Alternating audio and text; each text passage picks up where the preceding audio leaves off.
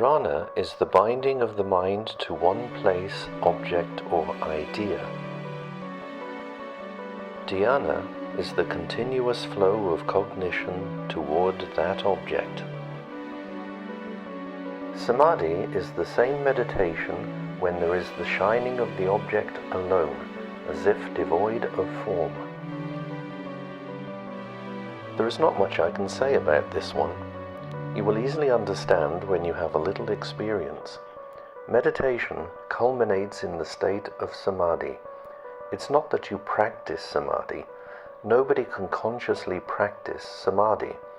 Our effort is there only up to meditation. You put all your effort in dharana. It becomes effortless in dhyana, and you are just there, knowing that you are in meditation. So too is the yoga practices. It's there to awaken all the energies within us so that we can live a beautiful life with the connection to the divine. So last week we spoke about dharana, which is concentration. And the next one now is meditation, which is, can you say it? Dhyana. Dhyana. So here, Sri Patanjali tells us dhyana is the continuous flow of cognition towards that object. Now, it sounds very fancy. All it means is, in dharana, we spoke last week, we choose an object, word, time, or place. Focus on it. And we learn to keep focusing on it. Focus. Now, meditation, dhyana, is after a time of focusing, you and that object become one. And if you want to, we're going to do some meditation today and you will see for yourself. But one of the first lessons I learned by myself when I was studying on my own is I lit a candle and I just decided, okay, I'm going to stare at the flame. Stare at the flame, stare at the flame. Every day staring at the flame. Now, every day as I stared at the flame, the rays of the flame, normally when you look at it, you see the flame and you see a few rays. And over time, the rays would go there. I could see the rays go. And if you stare long enough, I could see the ray of the little flame reach all the way to the ceiling and to the side of the room. And after a while, then you just see it all as light.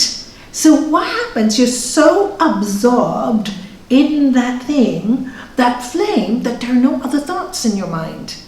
Okay, there are no other thoughts.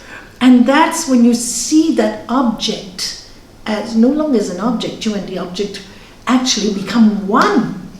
You become one. And this practice leads you to understand many things about life, why we say we are one consciousness, why we say we're all one. Because when you start, as Einstein did, right? What did he do? He focused. He actually meditated on splitting the atom. And when he did that, he discovered atomic power. And atomic power in itself is not a bad thing. But the way we used it is all wrong.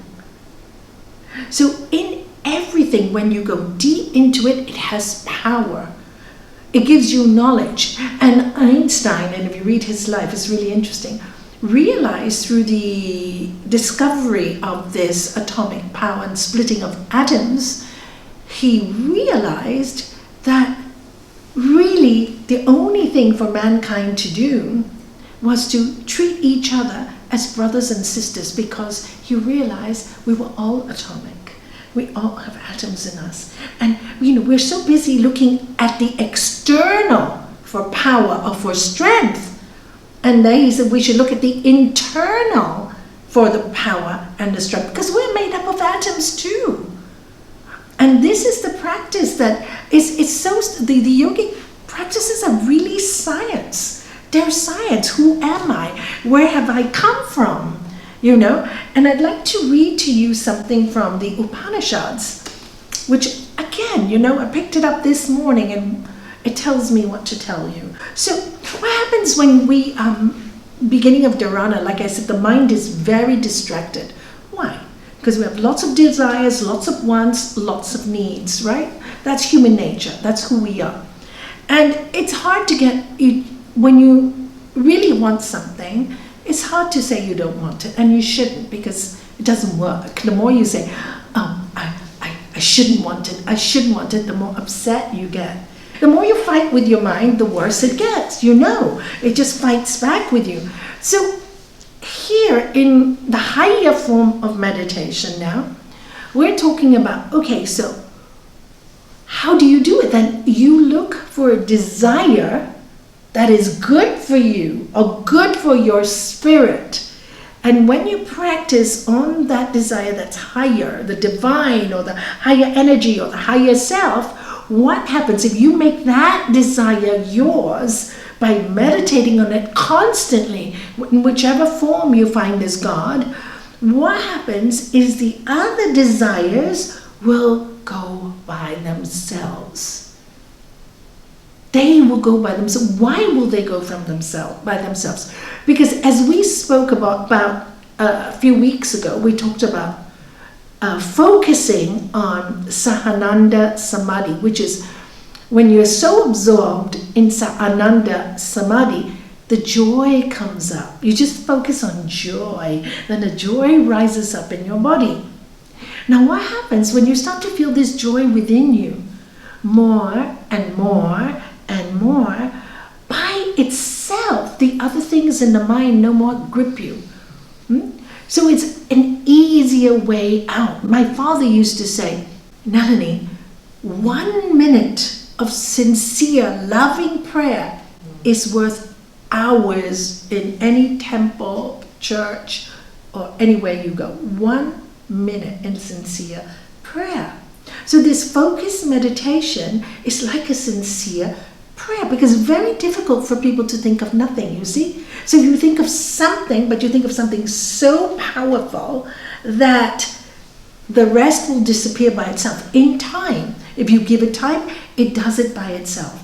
And that's what happened to me. When it's so exciting, when you feel joy within and everything else is so morbid outside, you find a place of refuge in yourself. You don't run away for refuge. You realize you can go to all the ashrams in the world and you won't find it there, as I learnt. And I realized after doing all my pilgrimages that it was right here within me.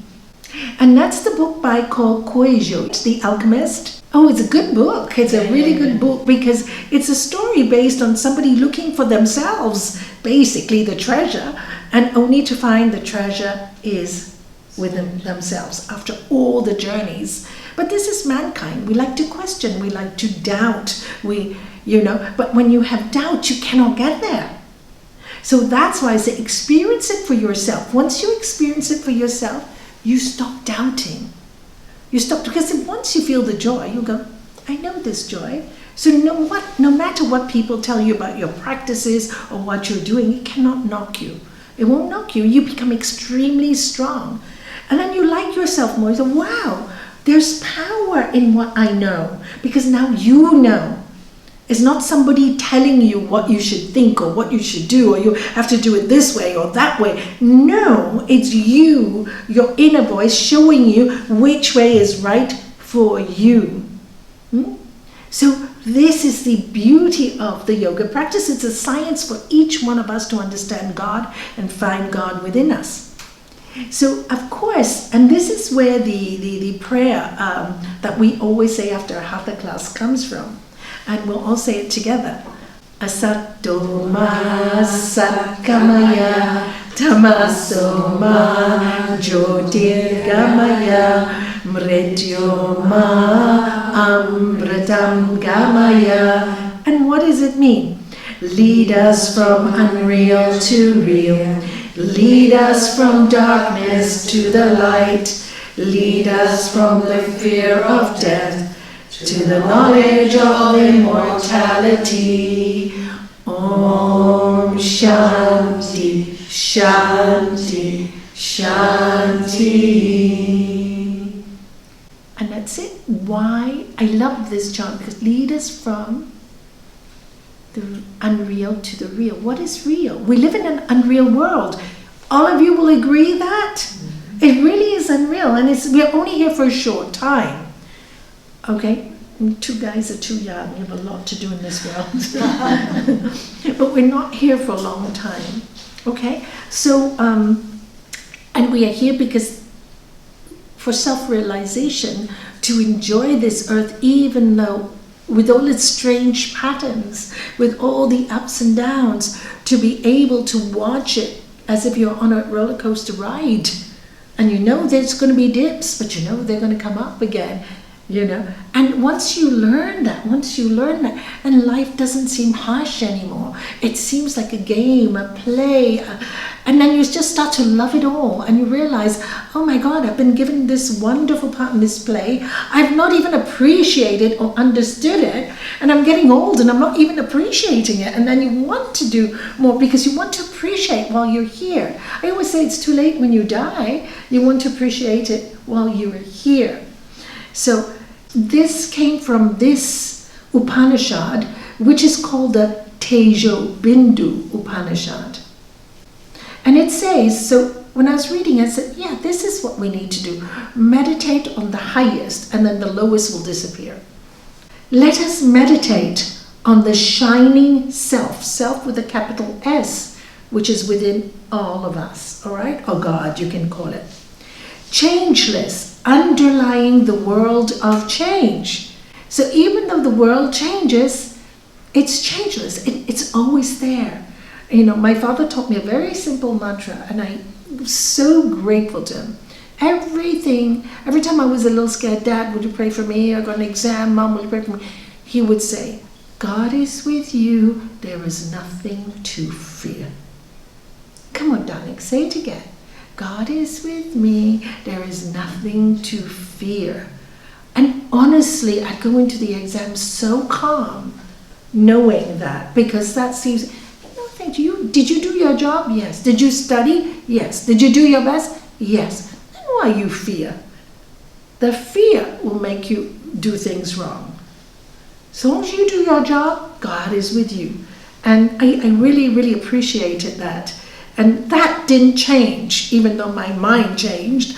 I'd go, God is with me, there's nothing to fear. And the mind would go all over the place. But the changeless was still with me. And realized in the heart in samadhi. So once you realize, when you're deep in meditation, you come into what we call the next sutra, which is samadhi, absorption. And that's what we do with meditation. We want to be absorbed in samadhi, which is that sense of greatness with peace, the oneness, the union with God. And it says, hard to reach is the supreme goal of life. Supreme goal. This is the highest goal, the highest desire you can have. Right? So when I don't know what to focus on the highest. Otherwise you get very confused. So many people will tell you so many things. So focused on the highest. Hard to reach because it's the hardest goal in life. Hard to describe and hard to abide in. It's not easy. They alone attain samadhi who have mastered their senses and are free from anger. Who have mastered their senses. Now, we talked about pratyahara a few weeks ago, which is sense control. You know, when your senses like, I have to have this unless I'll be unhappy. Who master it? Not true. You only think that, but it's not true. It's not real. This is unreal, remember? Lead us from the unreal, lead us back to real. And so this is mastering the senses and free from anger. Why? All of you know, when you are angry, you're not in a nice place, are you? You're just not in a nice place. So how are you going to find peace and joy, love and light? Impossible.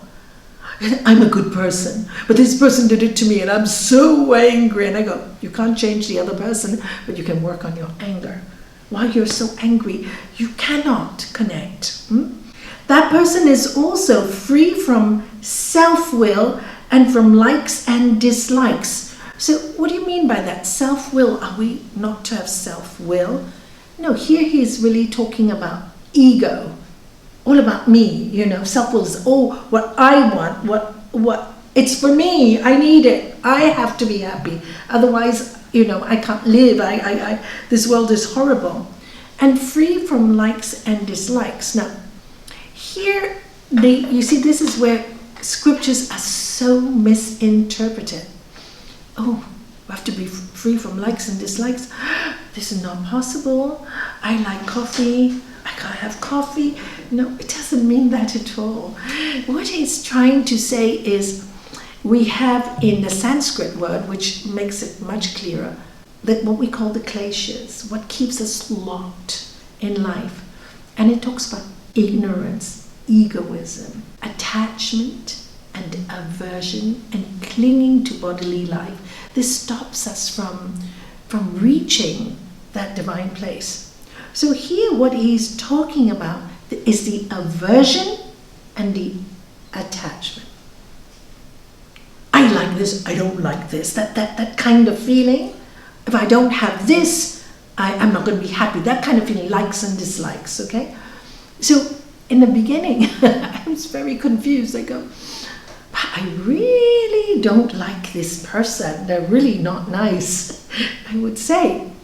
And then I learned, yes, what I really don't like is what this person is doing, which is hurtful.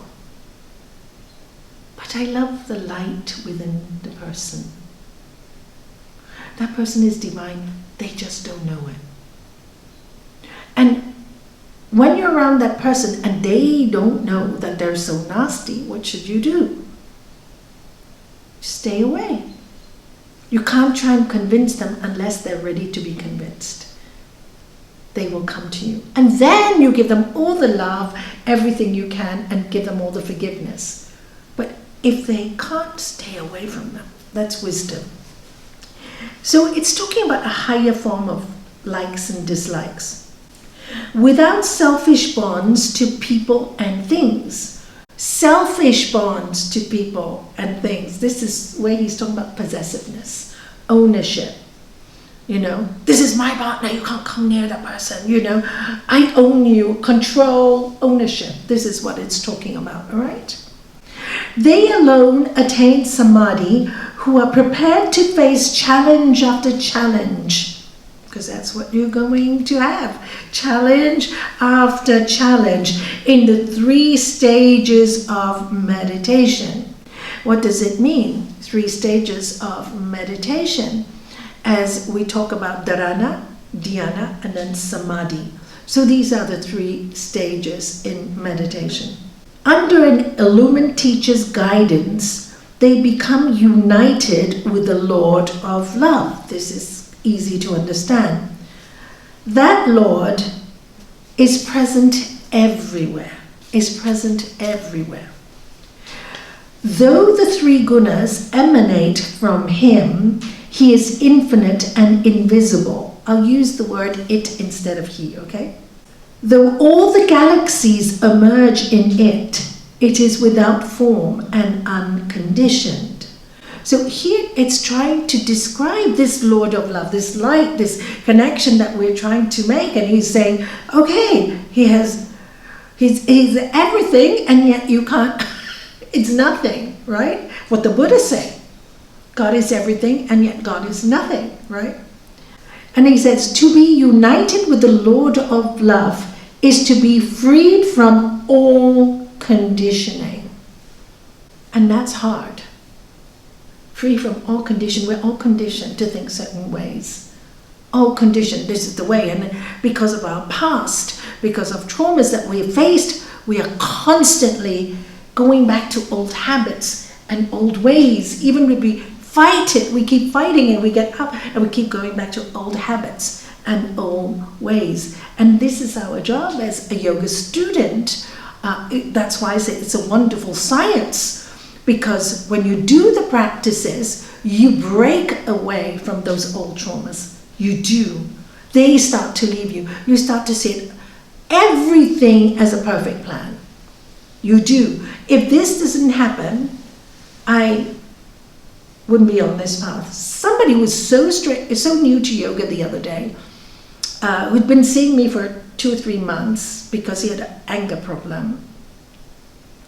Anyway, he said to me, and he was very angry because that happened to him. And over the few months we've been talking about forgiveness, because with anger, you can't find God, you can't find peace, right? And then he said, which really surprised me, he said to me the last time I saw him last week, and he said to me, Nalini, it's thank God this person made me so angry, because if they didn't make me so angry, I wouldn't be here trying to fix myself for a better thing and a better life. I go, you got it. So are you willing to forgive this person? Give me more time. But it's a start. Do you see? It was a start. I was like, oh, it made my day. It just made me so happy to hear those words, you know. And it's a start. I can do it. And I know that every time that person does it, he's going to get happier and happier. He will, because anger is not nice on us, is it?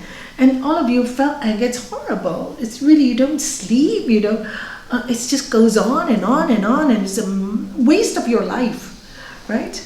This is the state of self-realization, far beyond the reach of words and thoughts. So we're trying to get beyond our thoughts and words. We're trying to get beyond all of it.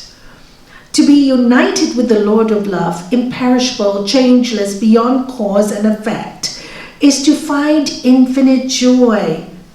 Brahman is beyond all duality. Brahman means God.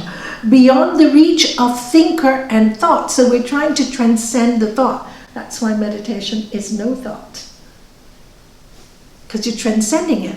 But if you can think not no thought, but transcending the thought, much easier. And how do you do that? If you go on a plane, you know, when you go through the clouds, you see all the clouds, and maybe the plane has got turbulence. But once you go beyond the clouds, what happens? Very simple. You look down at the clouds. This is the same with your thoughts. Once you transcend them, you see your thoughts, but they no longer affect you the way they used to, because you can watch them like the clouds on a plane. You went through the turbulence with your practice. You flew through the turbulence. That's what it is. So let us meditate on the shining self, the ultimate reality, who is realized by the sages in Samadhi. When you're in that quiet place, you realize. Brahman cannot be realized by those who are subject to greed, fear, anger. Brahman cannot be realized by those who are subject to pride and name and fame or vanity of scholarship. Brahman cannot be realized by those who are enmeshed in life's duality. Enmeshed in life's duality is like constantly worried, everything, always complaining, always like getting so involved, drama. Being a drama queen, as they would say, or drama king. You know, always creating drama, by creating drama, you cannot find them who are enmeshed in life's duality. But to all those who pierce this duality, whose hearts are given to the Lord of love, he gives himself through his infinite grace. He gives himself through his infinite grace. Om Shanti, Shanti, Shanti. And that is where you get that wonderful song, Amazing Grace.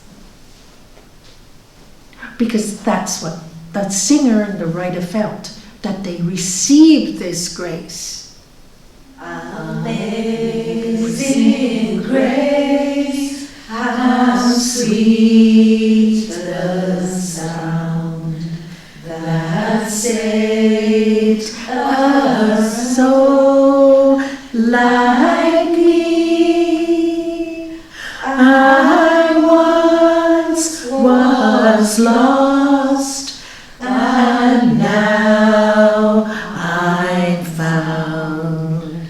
Was blind, but now I see. Yeah, that's it. And so when you start with the meditation, which we're going to do now, what I'd like to do is for you to start focusing on this Lord of Love. Lord of Love. Okay, so we're going to use the yantra. First I would like I'll take you to a practice called Tratak. It's called Tratak. Can you all say it? Tratak. Which is an open-eyed meditation. I'm going to ask you to look at that dot in the center. Anyway, I'll give the instructions. Your eyes may start watering. If they do start watering, it's very, very normal. So you just close your eyes. And then I'll lead you to open, close, open, close. Then I will lead you to focus on the Lord of Love. All right? Looking at that and closing your eyes. But I'll guide you. So please, we'll take a deep breath of your spine erect. Take a slow, deep breath. Now breathe out very slowly, feeling all the tension leave your shoulders, your knees, your feet. Breathe in again, feel the cool, clean air enter every single cell in your body, filling it with energy, light, vigor, love. And when you breathe out again, just start to relax. Keeping your eyes open, keep the focus on the center red dot of the yantra. Just keep staring at it.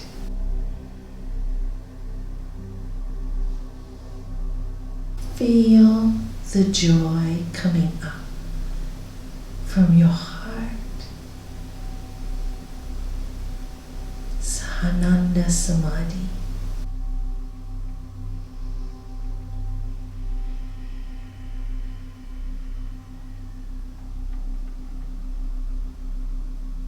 As you stare at the center, notice what's happening with the yantra.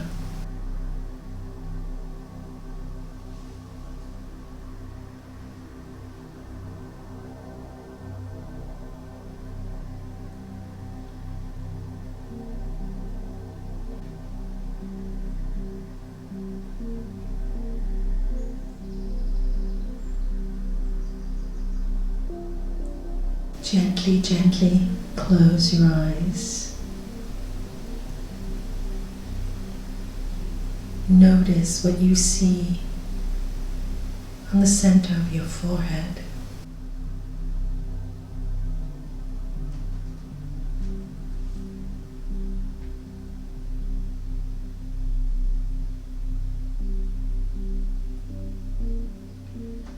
Please open your eyes again and stare at the red dot again, called the bindu, the bindu.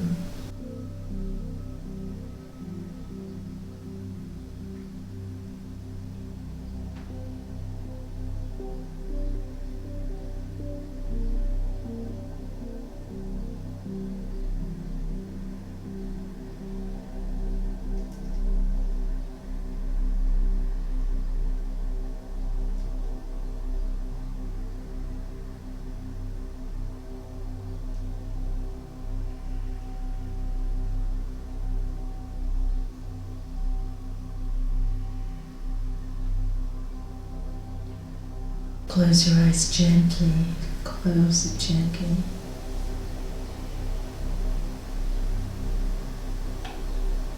When we meditate on the form, the first stage of meditation, Savitarka Samadhi on the form becomes real to us. You can see it when you close your eyes. You and the form have become one.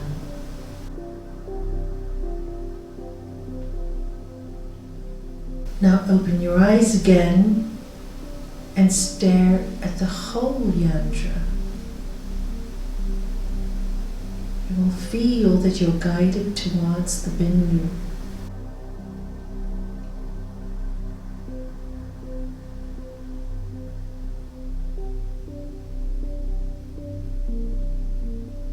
And now we are going to understand the essence of this great mandala, this yantra. Essence, the feeling. Truth is one, paths are many. Let us live in peace and joy. All the different paths, what does it matter? We should live in peace and joy and acceptance. So you feel Savichara Samadhi, the essence of the yantra, the essence. We are all one. We are all one. So why are there wars? Ego, greed. We are all one. Now close your eyes and feel that essence inside of you.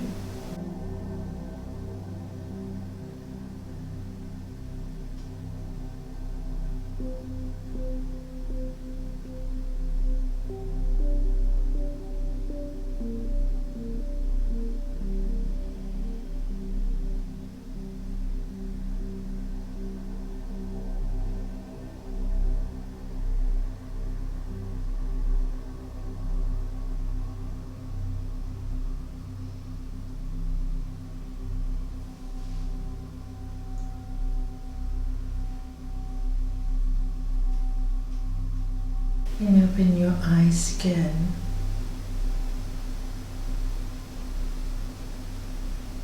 And now we return to Savichara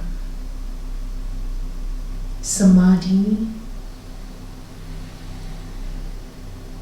We now have Savitarka, the form, Savichara, the essence, Sa-ananda, the joy, the next stage. Joy.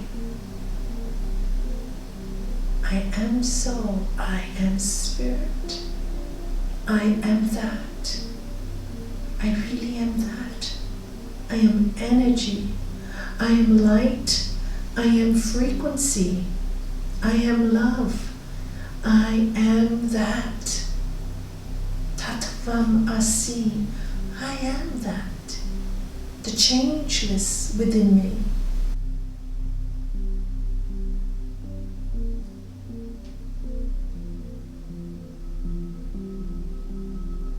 Now close your eyes again and stay with that feeling, that joy. You are loved. You are that. You came from that. You will return to that.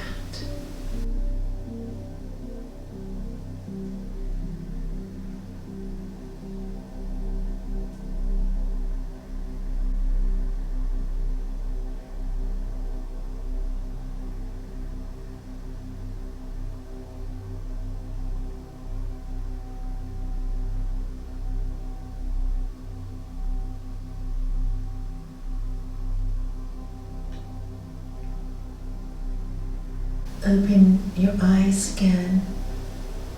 Stare at the dot in the middle again.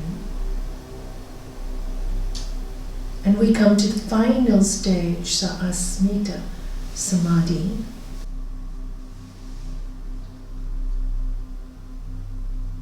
Where I and my Father are one.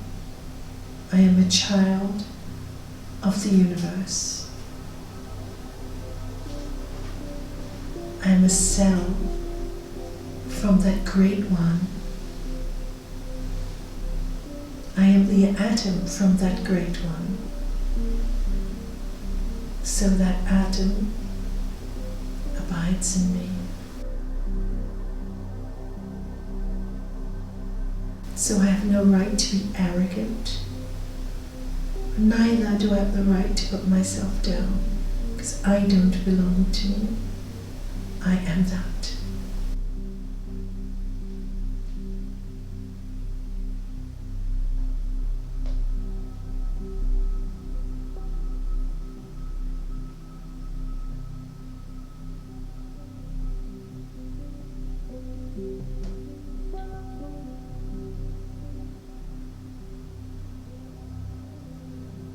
And now you can decide whether you want to keep your eyes closed for a little while or keep them open for as long as you like, and keep staring at that yantra and see if the yantra talks to you.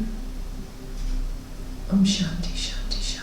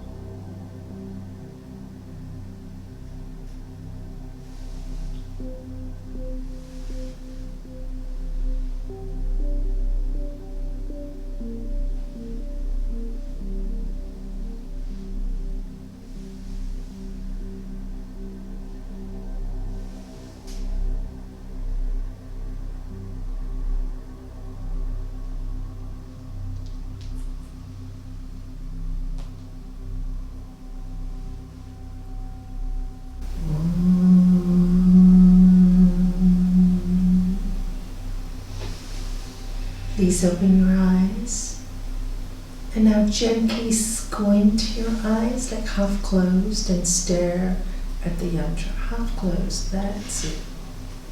And just stare with the eyes half open.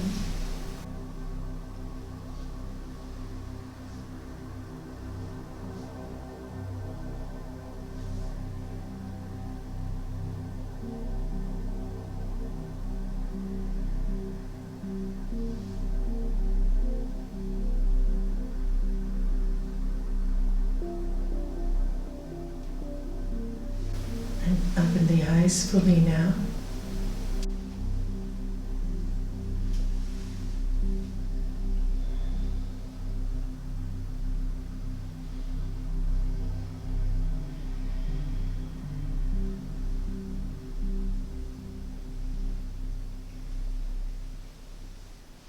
It's like I always say, it's like charging a phone. You charge yourself, you charge your spirit. You just recharge, that's all. Because we have so many thoughts during the day, and many of them really cause us to be a little bit upset or miserable or get in a bad mood, or we take things too personally. Just too many thoughts in a day. And as we get so meshed in those thoughts and likes and dislikes, it's really hard to get focused. So the best way is to go for the highest, highest, and say, I'm going to spend these next 10 minutes. It doesn't have to be 1 hour, 2 hours, 3 hours. That with me just came in time because I just loved it, right? This was my haven, heaven on earth for me. So, but it doesn't have to be. I started with little. As you enjoy it more, it's natural. The time comes. So even if you start with 5 minutes, it goes to, 20 minutes in no time, right? In no time.